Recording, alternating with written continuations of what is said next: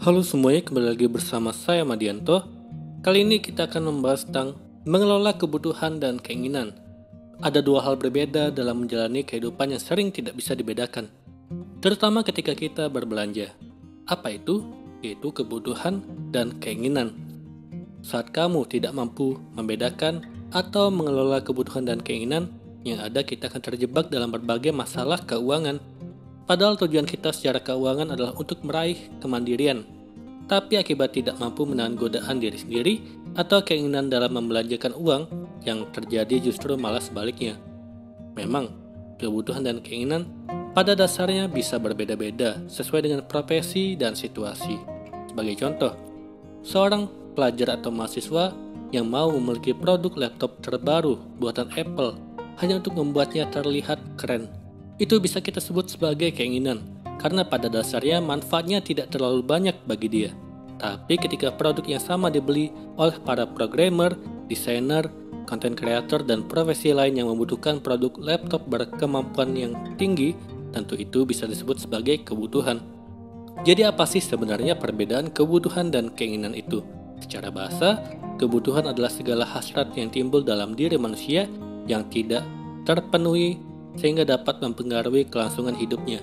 Barang yang termasuk dalam kelompok kebutuhan juga memberikan aspek psikologis yang menjadi dasar atau alasan makhluk hidup dalam menjalankan aktivitas-aktivitasnya. Sebab pada dasarnya, manusia bekerja untuk memenuhi kebutuhannya. Apa saja barang yang masuk dalam kelompok kebutuhan? Mungkin kamu pernah mendengar istilah sandang, pangan, dan papan, atau pakaian, makanan, dan tempat tinggal. Apa hanya itu saja? Tidak, masih banyak lagi. Seperti kesehatan, pendidikan, pendapatan, dan lainnya yang bisa mempengaruhi kehidupan kita. Bertolak belakang dengan kebutuhan, keinginan adalah segala hasrat yang timbul dalam diri manusia yang jika tidak terpenuhi, tidak mempengaruhi kelangsungan hidupnya. Keinginan sebenarnya juga harus dipenuhi agar manusia merasa lebih puas guna meningkatkan kesejahteraan. Tapi kalaupun tidak terpenuhi, maka kesejahteraan manusia tersebut tidak akan berkurang dan tidak akan mempengaruhi kelangsungan hidupnya. Apa saja yang termasuk dalam keinginan? Banyak sekali, bahkan pakaian pun bisa berubah menjadi produk yang termasuk keinginan. Hal ini disebabkan karena tujuan pembeliannya hanya untuk memenuhi hasrat akan kesukaannya pada produk itu, bukan karena dia tidak punya baju atau sedang butuh. Berikut adalah beberapa caranya. Yang pertama, jangan lihat produk dari merek saja. Tadi kan sudah disebutkan, kalau pakaian yang sebenarnya termasuk barang yang dibutuhkan bisa berubah menjadi barang yang diinginkan. Salah satu penyebabnya adalah karena dalam hal berpakaian, kamu termasuk impulsive shopper atau pengejar brand ternama. Mulailah mengubah kebiasaan tersebut. Awali kebiasaan baru yang bisa menyelamatkan keuangan kamu dengan berpikir bahwa merek bukanlah segalanya. Ubah dengan anggapan bahwa kita bukanlah apa yang kita kenakan, tetapi lebih kepada bagaimana cara mengenakannya. Pakaian bekas pun bisa terlihat indah kalau dipakai dengan benar dan kamu percaya diri mengenakannya. Kedua, jangan terlalu sering nongkrong di kafe dan sejenisnya. Dalam hal ini, cobalah kurangi rasa penasaran. Pada sebuah menu baru yang ditawarkan, banyak tempat makan. Memang, mungkin saja rasa makanan itu enak, tapi bagaimana akibat hal itu untuk hidupmu yang menjadi tidak enak? Karena itulah, cobalah mengurangi waktu nongkrong dalam aktivitas sehari-hari seperti makan atau minum di restoran atau kafe. Tak hanya saat libur saja, tetapi juga setiap hari. Bawa bekal ke tempat kerja atau sekolah untuk menghemat pengeluaran. Ketiga, jangan terlalu sering cuci mata di mall. Salah satu tempat yang mesti dihindari ketika kamu mencoba berhemat adalah mall. Karena di sana adalah tempat berkumpulnya brand-brand ternama menjajakan produknya. Berbagai macam barang keren dan lucu, berharga mahal yang bisa memancing kita berbelanja tanpa rencana tersedia di sana. Karena itu, hindarilah pusat belanja seperti ini atau setidaknya kurangi frekuensi mendatanginya. Keempat, buat agenda rutin setiap minggu. Salah satu cara menghindari kunjungan ke tempat-tempat yang tidak perlu seperti mall atau kafe adalah dengan membuat jadwal kegiatan rutin. Nantinya hal ini tidak hanya akan membantu kita menyelesaikan pekerjaan sesuai waktu dan target, tapi juga mengontrol apa yang dibutuhkan setiap harinya. bahkan termasuk untuk mengontrol pengeluaran setiap hari yang lebih mengacu pada kebutuhan dan bukan keinginan. Cintai hidup kamu, penuhi kebutuhan lebih dulu. Bagi kamu yang terbiasa untuk menghabiskan uang dengan cara belanja, makan dan minum, dan cara sebagainya, cobalah untuk mulai belajar membedakan kebutuhan dan keinginan. Memang tidak mudah memulai sesuatu yang tadinya tidak dipikirkan, tapi kalau tidak dicoba, bagaimana bisa tahu?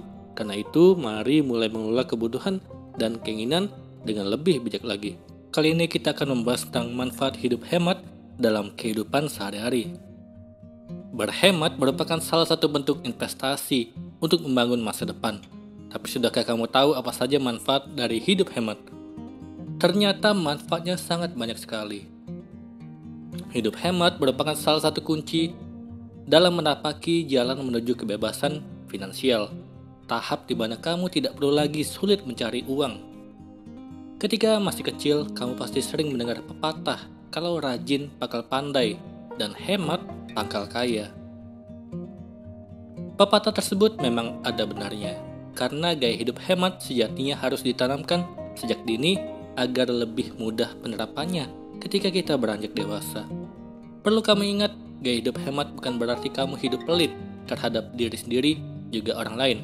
Tapi kamu harus tahu batasan dan tidak berlebihan dalam membeli sesuatu. Dengan kamu bisa mencegah tumbuhnya sifat boros dan konsumtif yang akan menghindari kita dari terjerumus pada gaya hidup yang tidak sehat. Berikut ada beberapa manfaat dari hidup hemat demi masa depan. Yang pertama, lebih paham skala prioritas. Ketika kamu memulai gaya hidup hemat, kamu akan mulai paham tentang betapa pentingnya skala prioritas. Skala prioritas ini membuatmu jadi lebih mudah dan berhati-hati dalam mengelola keuangan dengan mengutamakan kebutuhan dibandingkan dengan keinginan. Dengan demikian, kamu menjadi lebih mantap dalam menentukan mana hal yang harus didahulukan. Kedua, hidup dengan berkecukupan di masa depan. Memiliki masa depan yang sejahtera pasti menjadi dambaan setiap orang. Hal tersebut bisa terwujud dengan menerapkan gaya hidup hemat. Sejalan dengan skala prioritas, saat kamu mulai paham mana yang harus didahulukan, kamu akan lebih sadar tentang pentingnya menabung. Seiring waktu berjalan, jumlah tabungan menjadi tidak terasa semakin banyak dan kamu dapat menuai hasilnya di masa depan. Ketiga, hidup dengan lebih bahagia. Hidup lebih bahagia merupakan salah satu manfaat dari hidup yang kedepannya akan semakin terasa. Ini karena kamu lebih bisa mengendalikan pengeluaranmu dan merasa bahwa uang yang kamu miliki tidak terbuang sia-sia. Kamu akan terhindar dari jeratan gaya hidup boros yang nyatanya hanya akan menjanjikan kebahagiaan sementara, sedangkan gaya hidup hemat menjanjikanmu kebahagiaan yang berkelanjutan seiring berjalannya waktu. Keempat, terhindar dari utang.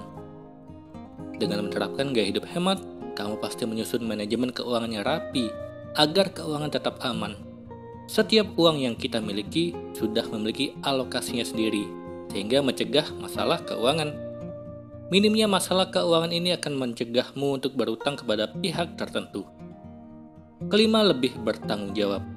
Gaya hidup hemat dapat mengajarkanmu untuk lebih bertanggung jawab dalam setiap pengambilan keputusan. Misalnya, saat kamu hendak membeli sepatu, pastikan apakah hal tersebut berguna dan memang benar-benar kamu butuhkan. Keenam, tidak mudah tergoda. Hidup hemat merupakan tentang bagaimana kita mengenal batasan, tentang menahan keinginan yang dirasa tidak terlalu kita butuhkan. Tak jarang saat kita memiliki uang, kita memiliki keinginan impulsif untuk membeli sesuatu yang akhirnya berujung pada penyesalan. Ketujuh, mencegah stres. Manfaat hidup hemat juga terasa pada kesehatan jiwa dan raga. Karena berhemat dapat mencegah stres. Sebagai contoh, ketika kamu hidup boros, kamu akan merasakan beban hidup yang lebih berat karena semakin banyak keinginan yang ingin kamu penuhi. Padahal keinginan-keinginan tersebut bukanlah merupakan kebutuhan utama, melainkan kesenangan sementara saja. 8. Menuntun pada gaya hidup minimalis. Ketika telah menerapkan gaya hidup hemat, kamu akan mengenal gaya hidup minimalis, gaya hidup yang mengedepankan kesederhanaan. Gaya hidup minimalis ini sendiri sebenarnya merupakan perpaduan dari gaya hidup hemat dan sederhana. Perlu kamu ketahui, gaya hidup ini ternyata sedang tren di berbagai belahan dunia karena menjanjikan manfaat yang sangat luas. 9. Bebas secara keuangan. Kalau kamu seorang pegawai, kamu pasti pernah mendengar ungkapan, gaji berapapun pasti tidak akan pernah cukup. Hal tersebut ada benarnya kalau kamu menjalani gaya hidup boros tanpa adanya perencanaan keuangan.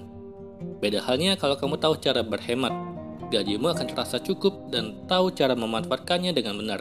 Misalnya dengan berinvestasi pada berbagai instrumen seperti reksadana, saham, logam mulia, properti, dan lain sebagainya. Itulah tadi manfaat dari hidup hemat dalam kehidupan sehari-hari dan juga demi masa depan. Semoga ini bermanfaat. Sekian dan terima kasih.